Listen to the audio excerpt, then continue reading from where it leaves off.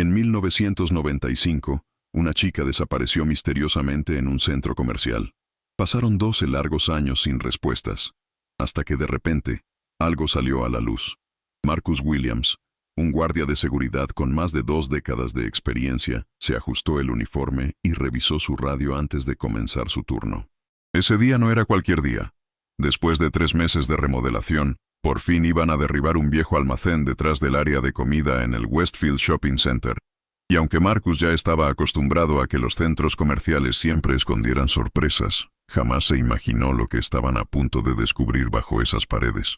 La llamada llegó alrededor de las 2 de la tarde. Uno de los trabajadores de la obra lo buscaba con urgencia. Marcus, con paso firme y conociendo cada pasillo como la palma de su mano, se dirigió al sitio señalado. El olor a concreto roto lo guiaba hasta donde el capataz, Tony Hernández, lo esperaba nervioso. «Tienes que ver esto», le dijo Tony, señalando un hueco en el suelo. Lo que habían destapado era un contenedor metálico, sellado y cubierto con una capa de concreto que parecía haber sido echada con prisa. Medía más o menos 1 metro por 60 centímetros, estaba oxidado pero intacto, y tenía cinta adhesiva en los bordes como si alguien hubiera querido asegurarlo a toda costa. «¿Cuánto tiempo crees que lleve enterrado esto?», preguntó Marcus, aunque en el fondo ya sospechaba la respuesta. Tony se secó el sudor de la frente y contestó: «Por cómo está la mezcla y la forma en que se colocó, diría que mínimo entre 10 y 15 años, tal vez más». Marcus sintió un escalofrío recorrerle la espalda. Llamó de inmediato a la central de seguridad y reportó el hallazgo. En cuestión de minutos, la policía llegó al lugar, acordonó el área y ordenó que nadie se acercara al contenedor hasta que llegaran los forenses.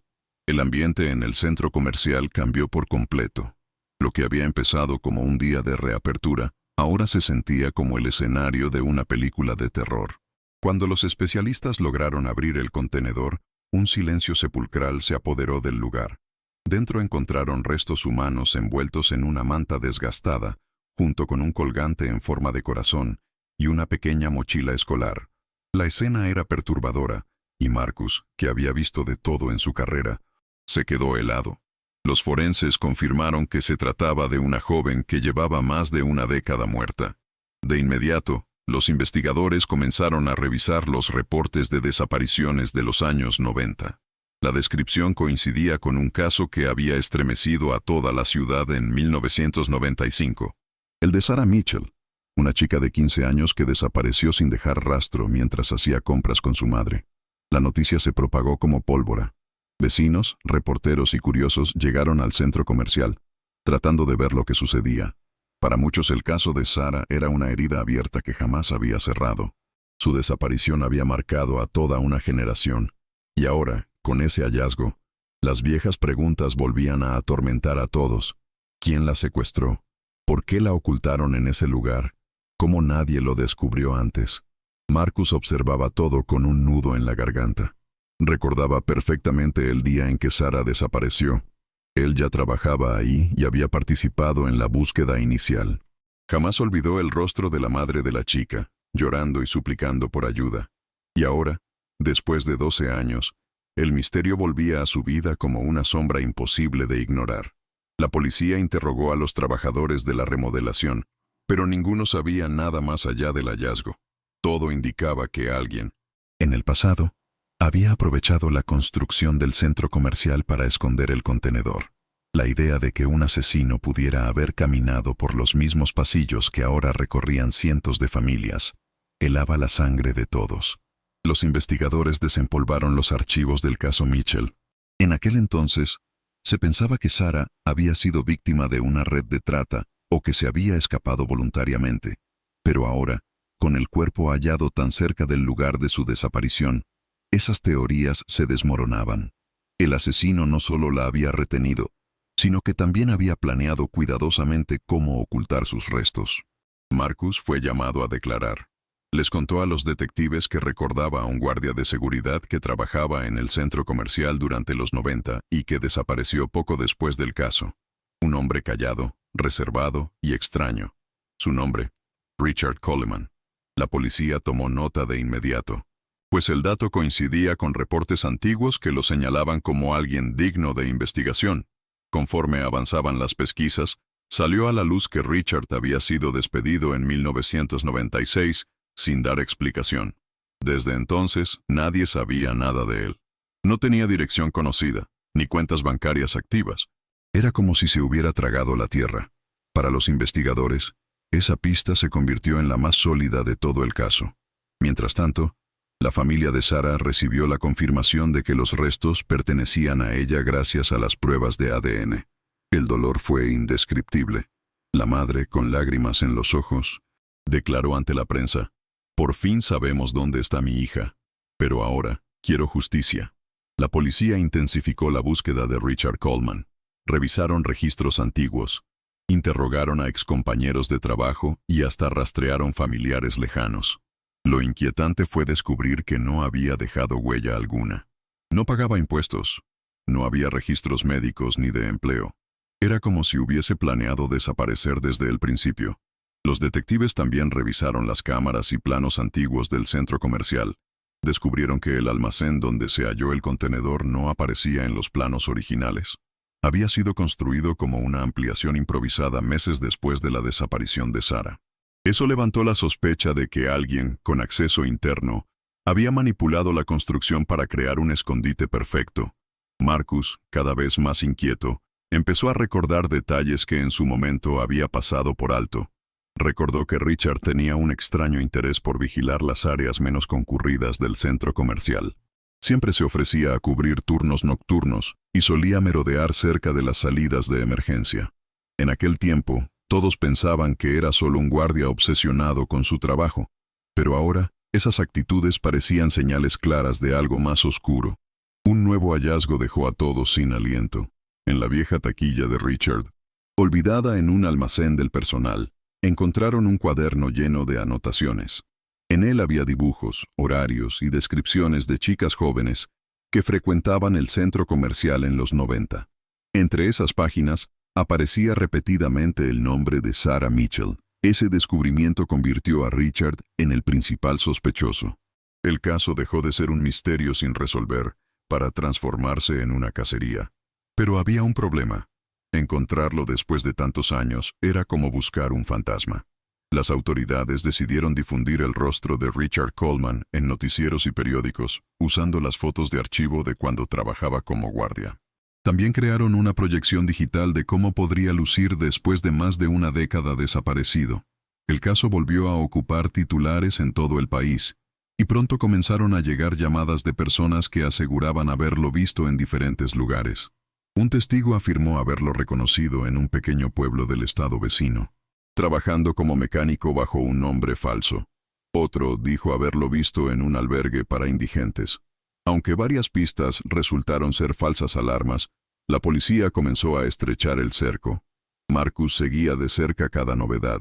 A pesar de no ser detective, sentía que tenía una responsabilidad personal en el caso. Recordaba cada patrullaje, cada esquina del centro comercial, y no podía dejar de pensar que quizá había estado demasiado cerca de la verdad sin darse cuenta. Ese sentimiento de culpa lo mantenía despierto por las noches. Lo que nadie esperaba era que, semanas después, apareciera una llamada anónima al número de emergencias. La voz distorsionada de un hombre decía: «Dejen de buscar, no la encontrarán más de lo que ya lo hicieron». Luego colgó.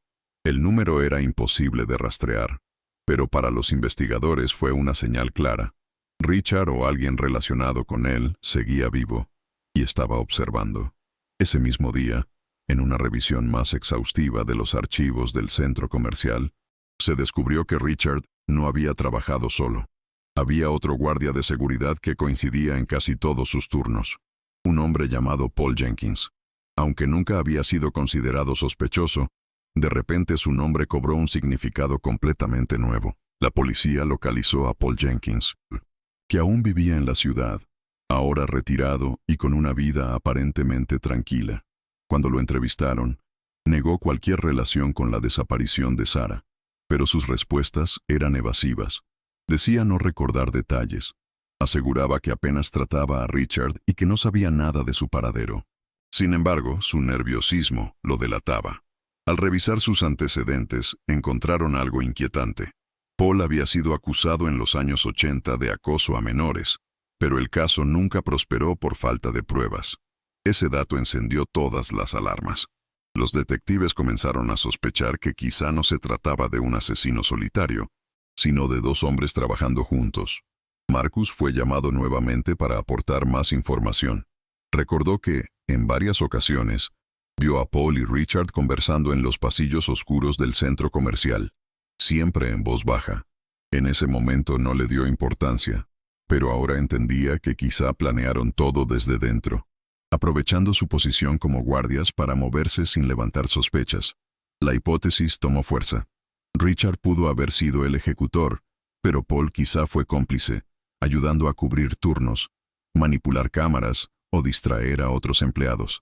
Los investigadores sabían que si lograban probar esa conexión, tendrían al menos a uno de los responsables frente a ellos. Una orden de cateo en la casa de Paul reveló algo escalofriante. En un viejo baúl, escondido bajo mantas, había recortes de periódicos sobre la desaparición de Sarah, junto con fotografías de adolescentes tomadas sin que ellas se dieran cuenta. Esa evidencia bastó para detenerlo y presentarlo ante un juez. Paul fue llevado a interrogatorio. Durante horas negó haber tenido algo que ver con la muerte de Sarah, pero poco a poco, las inconsistencias en su relato se hicieron evidentes. Cuando los detectives lo confrontaron con las fotos halladas en su casa, se derrumbó. Entre lágrimas y nerviosismo, admitió que Richard había sido el verdadero monstruo, pero confesó que él lo había ayudado a ocultar el cuerpo. Dijo que no había tenido el valor de detenerlo y que por miedo a ser acusado, había guardado silencio durante todos esos años. Su voz temblaba al repetir: «Yo no la toqué, yo no la maté, pero sí lo ayudé a esconderla». Esa confesión fue suficiente para que la prensa explotara el caso con titulares escandalosos.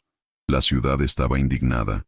No solo habían dejado escapar al asesino, sino que durante más de una década, uno de los cómplices había estado viviendo libre, como un ciudadano más. Marcus, al enterarse de la confesión, sintió una mezcla de rabia y alivio. Rabia porque la verdad había estado tan cerca durante todos esos años, y alivio porque, al fin, una parte del misterio salía a la luz. Sin embargo, aún quedaba la pieza clave. ¿Dónde estaba Richard Coleman? La búsqueda internacional se intensificó. Con la confesión de Paul, se emitió una alerta roja de Interpol. Se sospechaba que Richard había cambiado de identidad y que podría estar viviendo en cualquier parte del mundo. Lo que nadie sabía era que, en paralelo, un rastro inesperado estaba a punto de aparecer. Un agente del FBI contactó a la policía local con una información crucial. En Texas, un hombre que respondía al nombre de Edward Miller había sido arrestado por una pelea en un bar. Aunque fue liberado rápidamente, sus huellas digitales quedaron registradas y coincidían con las de Richard Coleman. La noticia cayó como bomba. Después de más de 10 años, al fin tenían un rastro sólido. Equipos de investigadores viajaron al estado vecino para seguir su pista, pero Richard ya no estaba ahí.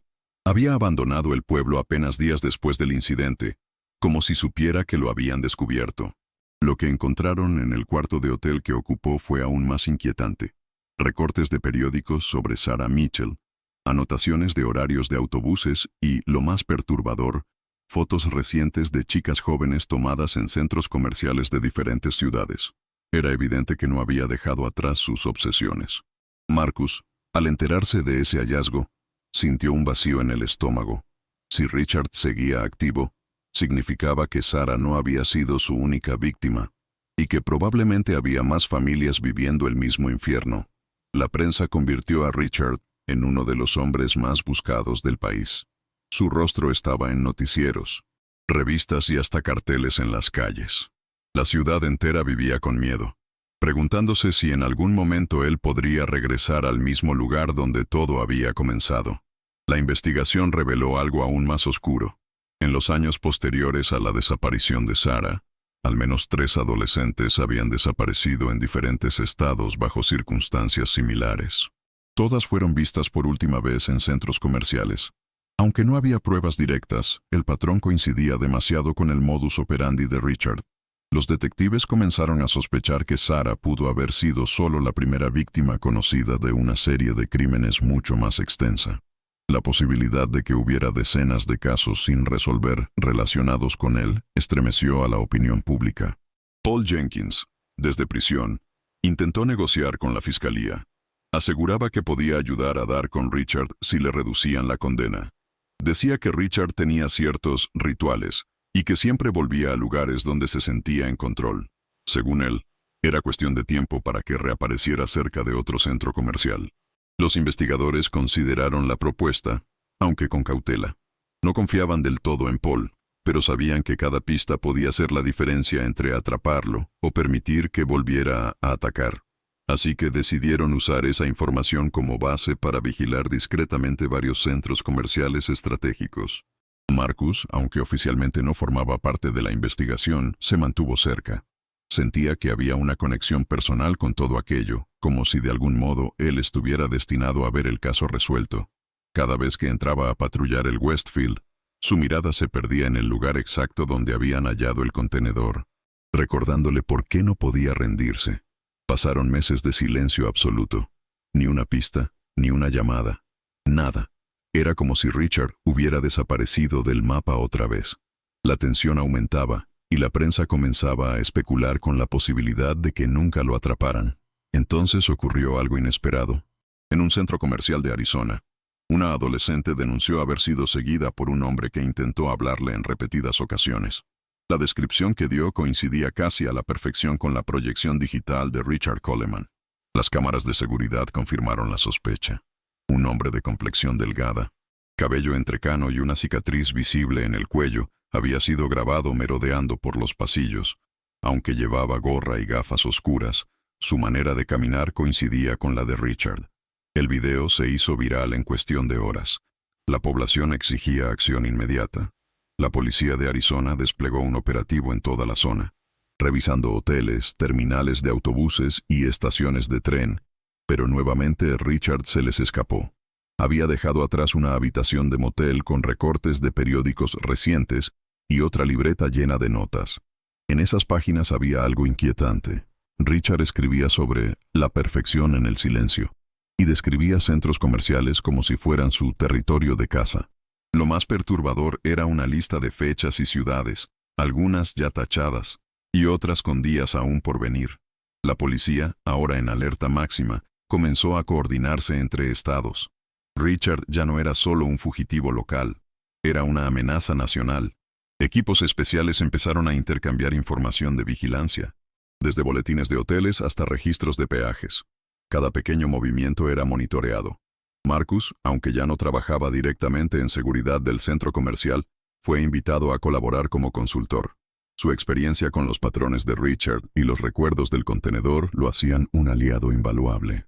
Cada vez que revisaba los mapas y recorría las fotos de vigilancia, sentía que podía anticipar los movimientos del asesino. Mientras tanto, Paul Jenkins seguía en prisión, cumpliendo su condena. Pero ahora la presión sobre él aumentaba. Los investigadores lo visitaban constantemente, preguntándole sobre cada nota, cada número, cada ciudad que Richard había anotado. Paul empezaba a entender que su cooperación podía ser la única manera de obtener algún tipo de reducción en su sentencia. Los detectives también comenzaron a contactar a familias de desapariciones sin resolver en todo el país, tratando de ver si había un patrón que coincidiera con las anotaciones de Richard. Cada vez que encontraban similitudes, el equipo sentía una mezcla de horror y esperanza. Podrían finalmente cerrar esos casos. Marcus pasaba noches sin dormir revisando informes y videos, sintiendo un peso sobre los hombros. Cada vez que miraba el antiguo Westfield, el recuerdo de Jessica Thompson y del contenedor enterrado volvía con fuerza. Sabía que el tiempo corría y que Richard podría atacar nuevamente si no lo atrapaban. Finalmente, llegó una pista que encendió todas las alarmas. Un cajero automático en Nevada registró una transacción con la tarjeta de crédito de Richard Coleman. Aunque el monto era pequeño, confirmaba que Richard estaba activo y probablemente en movimiento hacia el oeste. El FBI se sumó oficialmente a la búsqueda, estableciendo puntos de control en carreteras y aeropuertos cercanos. Helicópteros sobrevolaban las autopistas y drones revisaban áreas urbanas y rurales. Era un despliegue sin precedentes, algo que rara vez se veía para un criminal individual. Marcus fue asignado a colaborar con los equipos de análisis de comportamiento. Su conocimiento del modus operandi de Richard ayudó a predecir sus posibles rutas y estrategias. Cada comentario de Richard en sus diarios y notas era estudiado con detalle, buscando cualquier patrón que pudiera indicar dónde se escondería. En paralelo, los detectives comenzaron a reconstruir cada caso antiguo de Richard. Desaparecidos, ataques no denunciados, propiedades donde se sospechaba que había actuado. Con cada pieza que encajaba, el rompecabezas se volvía más aterrador. Richard no solo había asesinado a Jessica. Su historial mostraba una meticulosidad escalofriante y un patrón de planificación que se extendía por más de una década. Una noche Marcus recibió una llamada urgente. Habían detectado un vehículo sospechoso estacionado cerca de un centro comercial en Phoenix, Arizona. La descripción coincidía con la de Richard Coleman. Todo el equipo se movilizó de inmediato. La tensión era palpable. Marcus sabía que esa podía ser la oportunidad de atraparlo de una vez por todas. Cuando llegaron al lugar, encontraron el vehículo abandonado. Dentro, nada más que algunos objetos personales de Richard y un cuaderno lleno de anotaciones recientes. Parecía que se había marchado justo antes de que el operativo llegara, dejando atrás otra pista inquietante. Un mapa con marcas sobre varios centros comerciales en el país. Los detectives interpretaron rápidamente el mapa como posibles próximos objetivos. La presión aumentó. Sabían que cada día que pasaba sin capturarlo, más mujeres podían estar en peligro. Marcus sentía la adrenalina recorrerle el cuerpo. Había pasado años persiguiendo pistas de Richard y finalmente sentía que estaban cada vez más cerca. El equipo comenzó a rastrear las llamadas telefónicas y transacciones bancarias relacionadas con el vehículo. Pronto detectaron un patrón que lo dirigía hacia un pequeño pueblo en el norte de California. Todo indicaba que Richard planeaba desaparecer nuevamente, como había hecho antes, usando rutas secundarias y moteles olvidados por la mayoría. Mientras tanto, en Columbus, la familia de Jessica Thompson recibía actualizaciones constantes. Aunque el recuerdo de su hija seguía siendo doloroso, sentían un extraño alivio al saber que Richard Coleman seguía siendo rastreado y que los investigadores no habían abandonado el caso. Marcus pasó la noche revisando cada nota y cada foto de Richard. Sabía que la captura estaba cerca, pero también entendía que Richard era extremadamente calculador. Cualquier error podría permitirle escapar nuevamente. La tensión era máxima, y cada minuto contaba en la carrera para detener al asesino antes de que pudiera actuar otra vez. Finalmente, un motel en el norte de California proporcionó la pista crucial. El encargado reconoció a Richard Coleman, quien había pagado con efectivo y solicitado una habitación discreta. La policía local alertó de inmediato al equipo de captura. Cada segundo contaba y sabían que cualquier descuido podía costar vidas. Marcus y los detectives organizaron un operativo de vigilancia. Se colocaron en puntos estratégicos alrededor del motel, observando entradas y salidas, analizando cada movimiento. La adrenalina era palpable. Años de investigaciones, pistas y documentos finalmente se resumían en ese momento. Después de varias horas de espera, Richard salió de la habitación. Iba solo, cargando una mochila. Los agentes se movieron con precisión quirúrgica, un cerco silencioso que le bloqueaba todas las rutas de escape. Richard notó algo y aceleró el paso, pero no había lugar a donde huir. La detención fue rápida y sin incidentes. Richard Coleman fue esposado y llevado bajo custodia, finalmente enfrentando la justicia que había evadido por tantos años. Marcus sintió una mezcla de alivio y tensión. El peligro inmediato había terminado, pero el trabajo aún no. Mientras lo transportaban, los investigadores comenzaron a revisar el contenido de la mochila. Encontraron documentos, cuadernos y mapas que confirmaban lo que todos temían. Richard había planeado meticulosamente sus crímenes, desde la selección de víctimas hasta la disposición de evidencia, demostrando una frialdad escalofriante. Con Richard bajo custodia, el equipo comenzó a reconstruir sus movimientos pasados. Cada nota, cada cuaderno y cada mapa fueron analizados para ubicar posibles víctimas y sitios donde podría haber ocultado evidencia adicional. Era un rompecabezas macabro que finalmente empezaba a encajar. Marcus revisó los registros y patrones antiguos de Richard. Lo que antes eran meras sospechas, ahora se confirmaba. El asesino había trabajado durante años observando y manipulando centros comerciales, controlando la seguridad a su favor y planificando cada movimiento con precisión casi militar. El FBI y la policía de varios estados coordinaron redadas y búsquedas en lugares relacionados con Richard. Propiedades abandonadas, sitios de construcción y moteles fueron inspeccionados. Cada hallazgo reforzaba la escala de sus crímenes y dejaba claro que Jessica Thompson no había sido su única víctima. Mientras tanto, en Columbus, la familia Thompson recibía noticias sobre los avances de la investigación. David, aunque devastado, sentía un alivio creciente.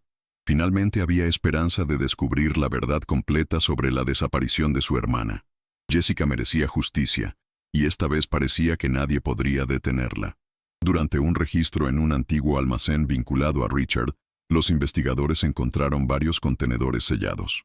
Cada uno contenía objetos personales de víctimas desaparecidas, joyas, ropa y diarios.